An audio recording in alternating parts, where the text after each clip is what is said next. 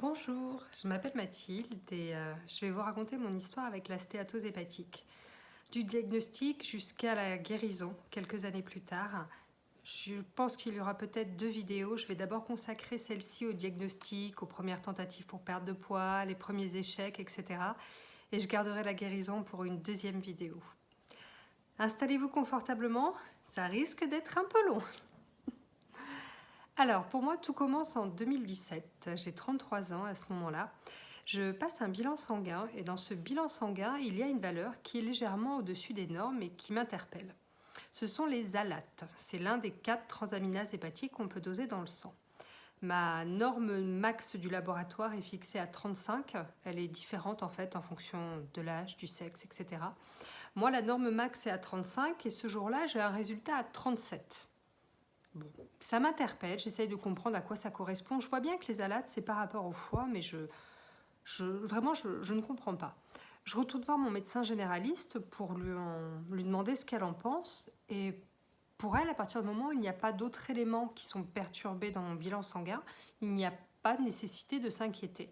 Donc on en reste là et on recontrôlera lors du prochain bilan sanguin, probablement un an après. Cette même année, je vais passer une échographie abdominale, mais pour toute autre chose. J'ai des infections urinaires à répétition à ce moment-là. Et donc le médecin souhaite vérifier qu'il n'y ait pas un problème. Donc 6 mois après ce bilan sanguin, je passe cette échographie abdominale.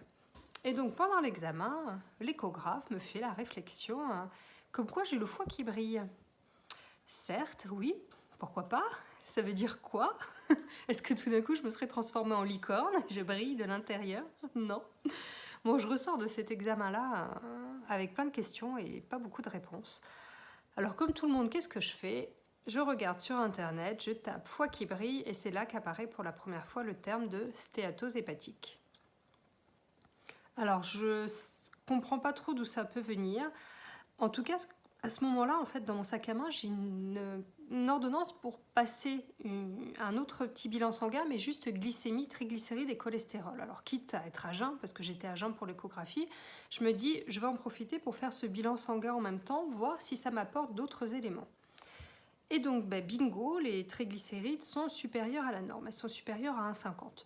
Pas énormément, hein, toujours pareil. Moi, j'ai jamais dépassé de beaucoup, mais de mémoire, je pense que ça doit être à 1,60, quelque chose comme ça.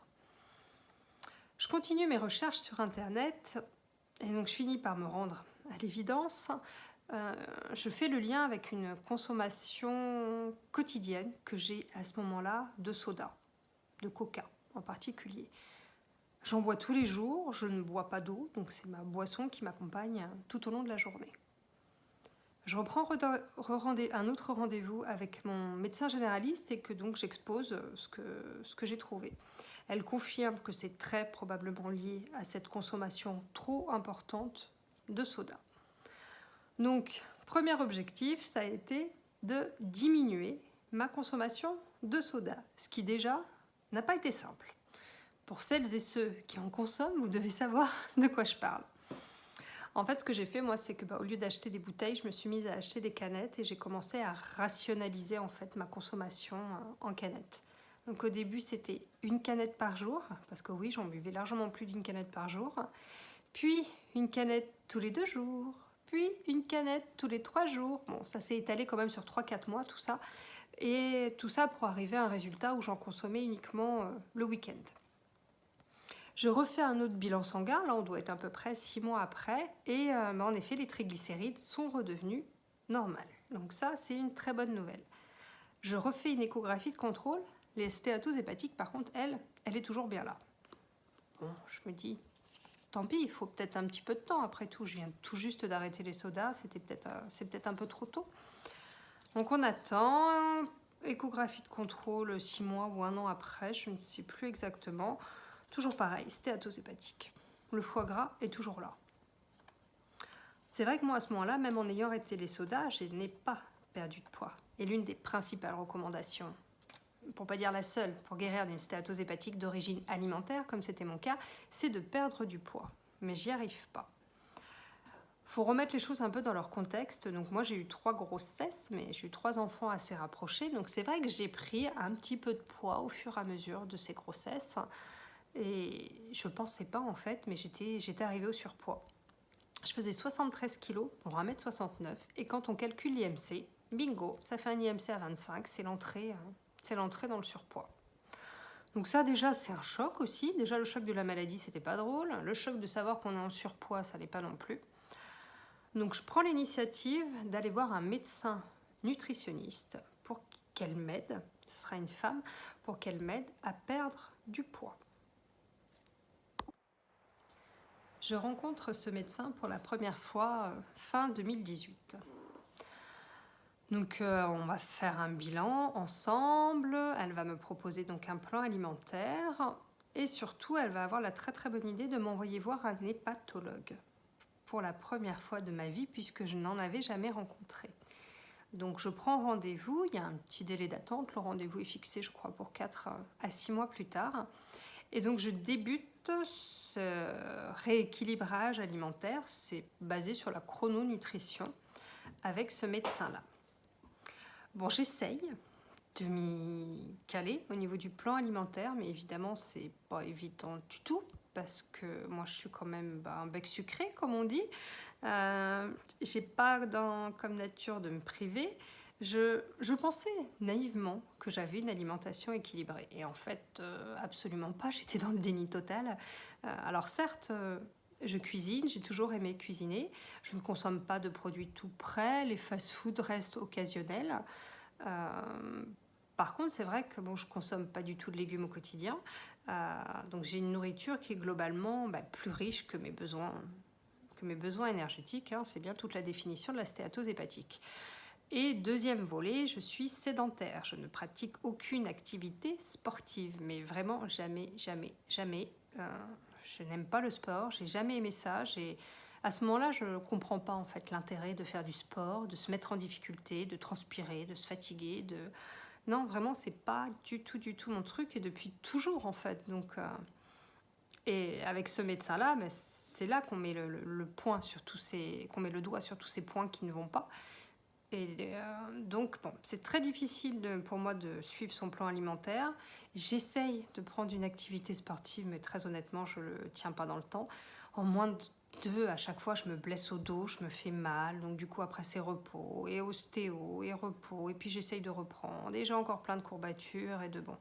Bref, ça fonctionne pas, ça marche pas. Avec le recul, en fait, aussi, je me rends compte que j'étais absolument pas prête à changer mes habitudes alimentaires. J'en avais franchement pas envie. J'avais pas envie de changer mon quotidien. Et puis je m'invente tout un tas d'excuses, comme quoi je n'ai pas le temps, j'ai une activité professionnelle et des enfants à m'occuper à la maison. Il y a eu plein d'excuses comme ça qui, bon bref, n'étaient que des excuses à ce moment-là, mais voilà, qui montrent bien que c'était pas le bon moment, quoi. Enfin, c'était pas le bon moment. C'est pas qu'il y a des bons moments dans la vie, mais là, je n'y arriverai pas. Donc le suivi va couper court, hein. Je vais la rencontrer, je crois, 3 fois au total. Mais finalement, je vais vite tout abandonner et tout laisser tomber. J'avais pris quand même le rendez-vous avec l'hépatologue que je rencontre à peu près 6 mois plus tard, en 2019. Et cet hépato va avoir la très très bonne idée de me faire passer mon premier fibroscan. Alors, je ne sais pas si vous savez ce que c'est, mais très brièvement, le fibroscan, c'est un examen qui permet d'évaluer le risque de fibrose. Donc, quand on a une stéatose hépatique, on a le foie qui est gras, c'est la première partie de la maladie.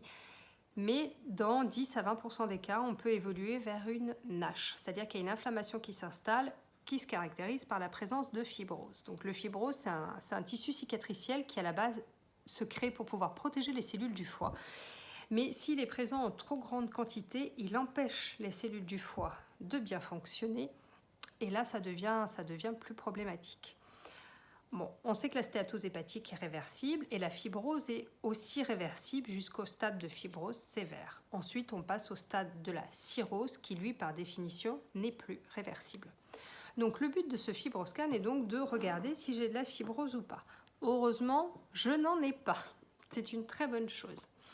Et j'ai eu de la chance parce que l'appareil, là, le fibroscan en question était assez récent et il permettait aussi de calculer le stade de la stéatose. Il a mesuré la densité de graisse que j'avais dans le foie. Donc le résultat montre que j'ai une forme modérée. Il y a une forme minime, puis modérée, puis sévère. Donc le médecin à ce moment-là est vraiment très rassurant avec moi en fait. Elle m'explique que bon, je suis sur une forme débutante de la maladie, que c'est réversible en faisant attention à mon alimentation, avec un rééquilibrage alimentaire et la mise en place d'une activité sportive régulière, je vais pouvoir stopper le processus d'évolution de la maladie.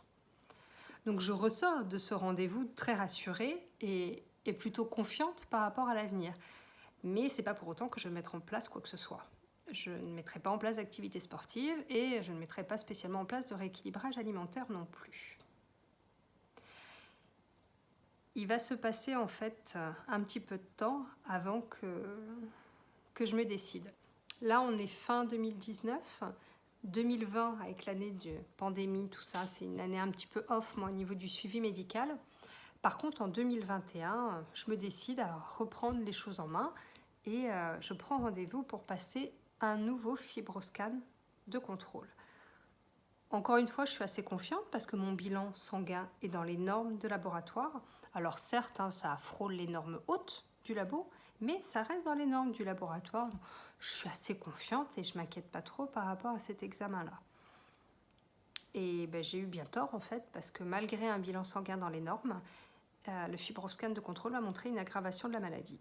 C'est-à-dire que je suis passée d'une stéatose hépatique modérée à une stéatose hépatique sévère.